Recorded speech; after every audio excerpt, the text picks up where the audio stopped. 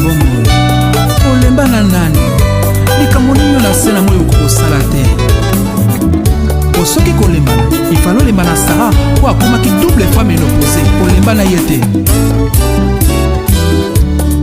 soki kozala na difficulté ifalaki ezala na ebandeli okela mokili ozwa échantillon na nani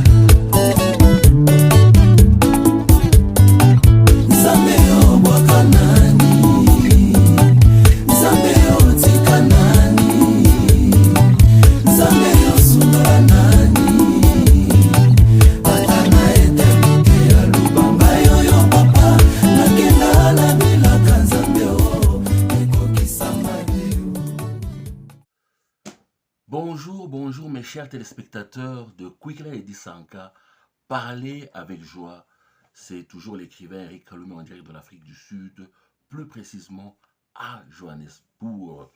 Content de me retrouver encore dans vos chères demeures. Actuellement, nous sommes dans les profondeurs de l'âme de l'homme. Quel sujet très intéressant à communiquer, à parler, à échanger. Pourquoi? Puisque Dieu n'a pas créé l'âme de l'homme pour rien.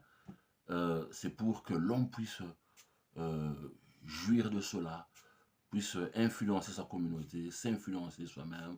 C'est pour que l'homme puisse avoir une relation avec lui-même, son créateur, afin que l'homme puisse se distinguer sous le soleil, afin que l'homme puisse faire sortir le meilleur des autres. Pourquoi pas?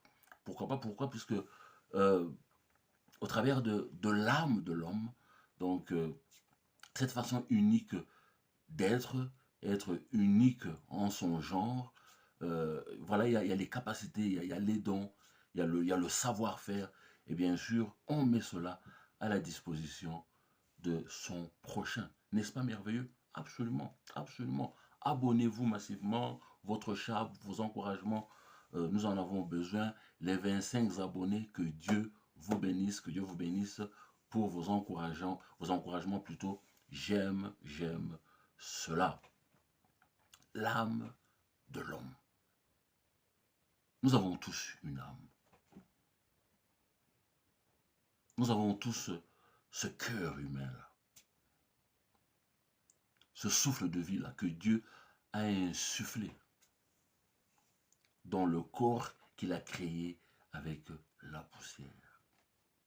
Ce souffle vivifiant de Dieu pour le bonheur de l'homme, afin que l'homme puisse comprendre la bonne signification de la vie, afin que l'homme puisse jouir de l'amour de Dieu, de la présence de Dieu, afin que nous puissions nous entraîner, mais afin que tu puisses jouir de la présence de ton époux, de la présence de ton épouse. L'âme, quel don de Dieu. Cette capacité-là de penser, de vouloir, de sentir, donc le côté émotionnel. Puisque Genèse 2,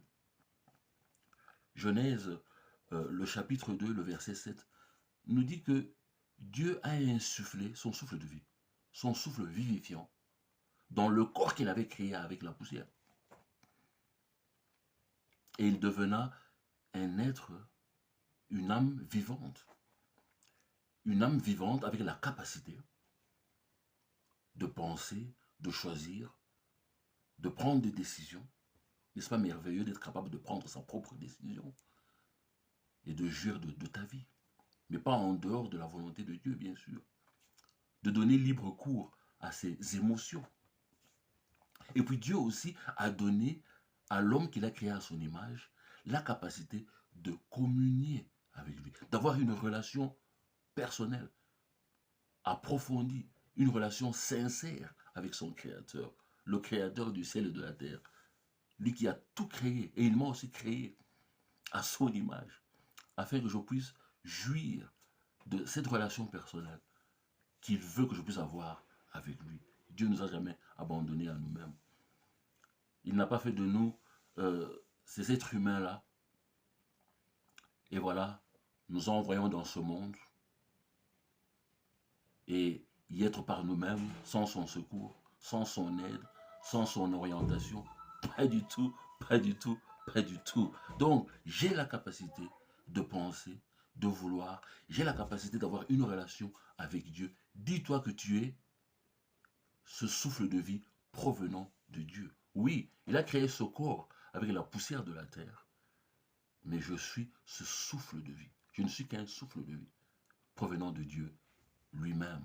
Provenant de Dieu lui-même. Donc l'âme représente la personnalité de l'homme, le cœur humain, là où se trouve ton côté humain. Ton côté humain, bien sûr, qui est influencé par des tas de choses, mais il faut absolument l'orienter vers le bon côté. Ton humanisme se trouve là. Tes désirs les plus ardents, ce que tu aimerais devenir dans la vie. Ce choix-là de devenir une personne importante, une personne utile, cette bonne influence dans ta communauté, dans ta famille, c'est au niveau de ton âme. L'homme doit comprendre son âme. Il doit comprendre ce qu'il est, afin qu'il puisse prendre la bonne décision et le purifier, n'est-ce pas? Absolument. Donc ton âme consiste de tes pensées, de ta volonté, ainsi que de tes émotions. Tes pensées te disent ce que tu penses, ta volonté te dit ce que tu veux, et tes émotions te disent ce que tu sens. Mais ton âme ne te dira jamais sur ce que Dieu pense, sur ce que Dieu veut, sur ce que Dieu sent. Ton âme ne te dira jamais cela. Mais ton âme te dira, voici ce que j'aimerais être, voici mes pensées, voici ce que je veux, voici mes émotions. Le côté égocentrique de l'homme, le côté égoïste de l'homme, c'est au niveau de l'âme, n'est-ce pas? Donc on se regarde vraiment soi-même. Donc oui, il ne faut pas toucher à ma personnalité. Donc c'est ça l'âme. Ce que j'aimerais accomplir dans la vie. Mon impression là, cette impression que j'aimerais donner aux autres, cette image de moi-même, c'est ça, l'âme de l'homme, le cœur humain, qui ne te dira rien sur Dieu, absolument rien. Jérémie 17, le chapitre 17, le verset 9, nous dit que le cœur humain est le plus décevant de toutes choses. Le cœur humain est le plus décevant de toutes choses. Le cœur humain est désespérément méchant. Donc, ça c'est à l'état brut, hein, lorsqu'il n'est pas raffiné. Donc, tu peux raffiner le cœur humain dans le bon sens comme dans le mauvais sens. Donc, tu peux raffiner le cœur humain allant vers l'amour ou vers la haine. Allant vers la lumière ou vers les ténèbres. Donc, le cœur humain, dans son état brut, est désespérément méchant. Qui peut savoir combien est-ce que cela est grave? Qui peut comprendre cela? Bien sûr, Dieu comprend cela. Dieu, s'il le dit, il le sait. Il sait que le cœur humain est le plus décevant de toutes choses. Ce n'est pas l'argent qui est plus décevant. Ce n'est pas la matière première, vous savez, les diamants que nous avons, tout ça, dire que non, c'est ça notre problème, puisque nous avons le coltan, le diamant, tout cet argent qui est entre tes mains, et tu commences à blâmer l'argent, tu commences à blâmer le coltan, tu commences à blâmer le cobalt, l'or, le fer, le platinum. Ce n'est pas ça le problème. Le cœur du problème, c'est le problème du cœur. Le cœur du problème, c'est le problème du cœur. Et de quel cœur? Le cœur humain. Le cœur humain. Vous savez, le cœur humain, nos cœurs humains sont sournois. Il y a cette tendance manipulative, exploitative. Donc, Jérémie 17, le verset 9, qui nous dit clairement que non, le plus décevant de toutes choses sous le soleil, c'est le cœur humain. Nous pouvons observer ce qui se passe autour de nous. Nous pouvons voir ce que le cœur humain est en train de causer dans ce monde. La misère, les problèmes que les gens ont dans ce monde, les guerres, ceci, cela. C'est le cœur humain. C'est à cause de cet état brut-là du cœur humain, qui n'a pas été raffiné. Ah oui. Il y a un problème très sérieux. Qui peut comprendre cela? Dieu comprend cela. Dieu comprend cela. Il sait quel est le problème avec le cœur humain. Le cœur humain est manipulatif, il est exploitatif, il est hypocrite. Le cœur humain est décevant. Le cœur humain est incliné vers le péché. Le cœur humain est incliné vers le péché. Ah oui. Ah oui. Ah oui. Vous savez, facilement assez, nous pouvons nous débarrasser de ces péchés-là extérieurs que tout le monde peut voir. Mais lorsqu'il s'agit de ces péchés intérieurs qui se trouvent dans le cœur, que personne ne peut voir, c'est là d'où provient ces pensées-là et ces désirs-là qui amènent la culpabilité. Qui amènent quoi? La culpabilité. Ces pensées, ces désirs coupables. Nous pouvons lire Proverbes, le chapitre 4, le verset 23. Il est très important que nous puissions comprendre que le cœur humain, l'âme affecte tout ce que nous faisons.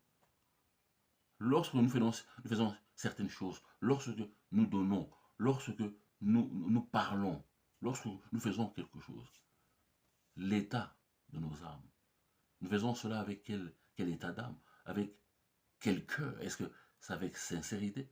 Personne ne saura que tu le fais avec sincérité. Mais il y a des moments où ça peut se lire sur le visage ou bien la manière à laquelle tu le fais. C'est pour cela que Dieu, il sonde, il va dans les profondeurs du cœur de l'homme et savoir ce qui se passe dans son cœur et savoir comment apporter son jugement. Et savoir comment apporter son jugement. L'état de nos âmes. Il faut absolument prendre soin de cela. Il faut saisir l'opportunité chaque jour de se rassurer que l'état de nos cœurs, l'état de ce cœur, de ton cœur,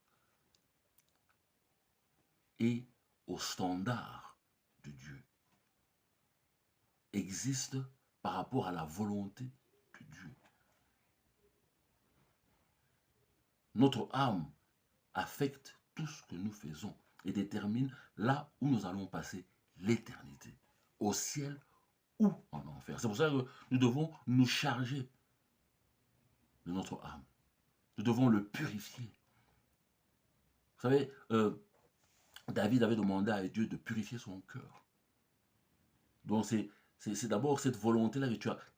D'abord, tu te rassures que tu soumets ta propre volonté à la volonté de Dieu. Tu dois soumettre tes propres pensées à la pensée de Dieu. Tu dois soumettre tes propres émotions aux émotions de Dieu. Tu dois te soumettre à la volonté de Dieu. Ça signifie que tu soumets ta propre volonté à la volonté de Dieu.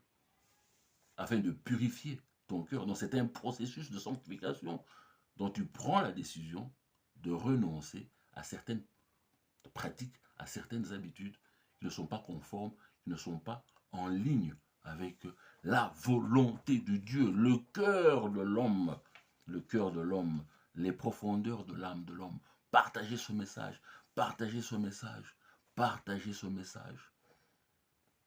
Dieu nous a donné cette capacité-là d'avoir une relation avec lui, afin que lorsque nous sommes occupés avec nos responsabilités très très importantes en tant que chef d'État, en tant que ministre, en tant que parlementaire, en tant que président délégué général, en tant qu'une personne qui est dans le processus de prendre des décisions très très importantes pour le pays, quel genre de motif as-tu? À quoi penses-tu? Quel genre d'émotion as-tu? Veux-tu vraiment prendre soin de ce peuple-là? S'assurer que ce peuple-là vit dans de bonnes conditions? As-tu vraiment la volonté de créer un environnement approprié de travail, de générer du travail, de créer un environnement approprié de business? Donnes-tu la place aux hommes d'affaires? Puisque ce sont ceux-là qui ont la capacité de créer de l'emploi. Est-ce que vous les encouragez? Est-ce que vous les motivez? Est-ce que vous les encadrez? Le cœur humain. En principe, c'est un endroit merveilleux, un endroit extraordinaire. Pourquoi? Puisque au travers du cœur humain, on s'exprime. L'âme, les profondeurs de l'âme, on s'exprime de telle sorte que on crée ce bonheur, on crée de l'espoir dans les vies de ses frères et sœurs. Que Dieu vous bénisse, que Dieu vous bénisse. Partagez massivement ce message. Partagez, partagez, partagez votre chap. Abonnez-vous massivement. Que Dieu vous bénisse et à bientôt.